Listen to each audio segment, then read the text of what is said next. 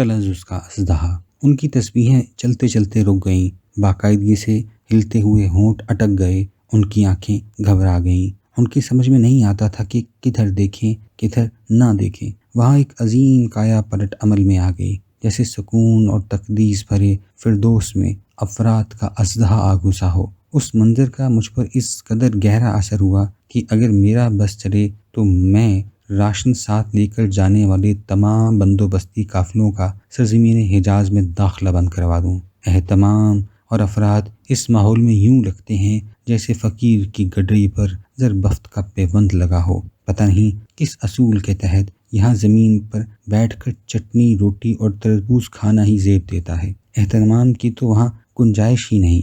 آپ اہتمام کے جھنجٹ میں پڑ گئے تو سمجھ لیجئے ماحول سے کٹ گئے۔ وہاں پکی پکائی روٹی سستی اور عام ملتی ہے، اور حرم شریف کی دیوار تلے بیٹھ کر چٹنی روٹی کھانے میں اتنی ہی لذت حاصل ہوتی ہے جتنی مدینہ منورہ میں جالی پکڑ درود شریف پڑھنے میں۔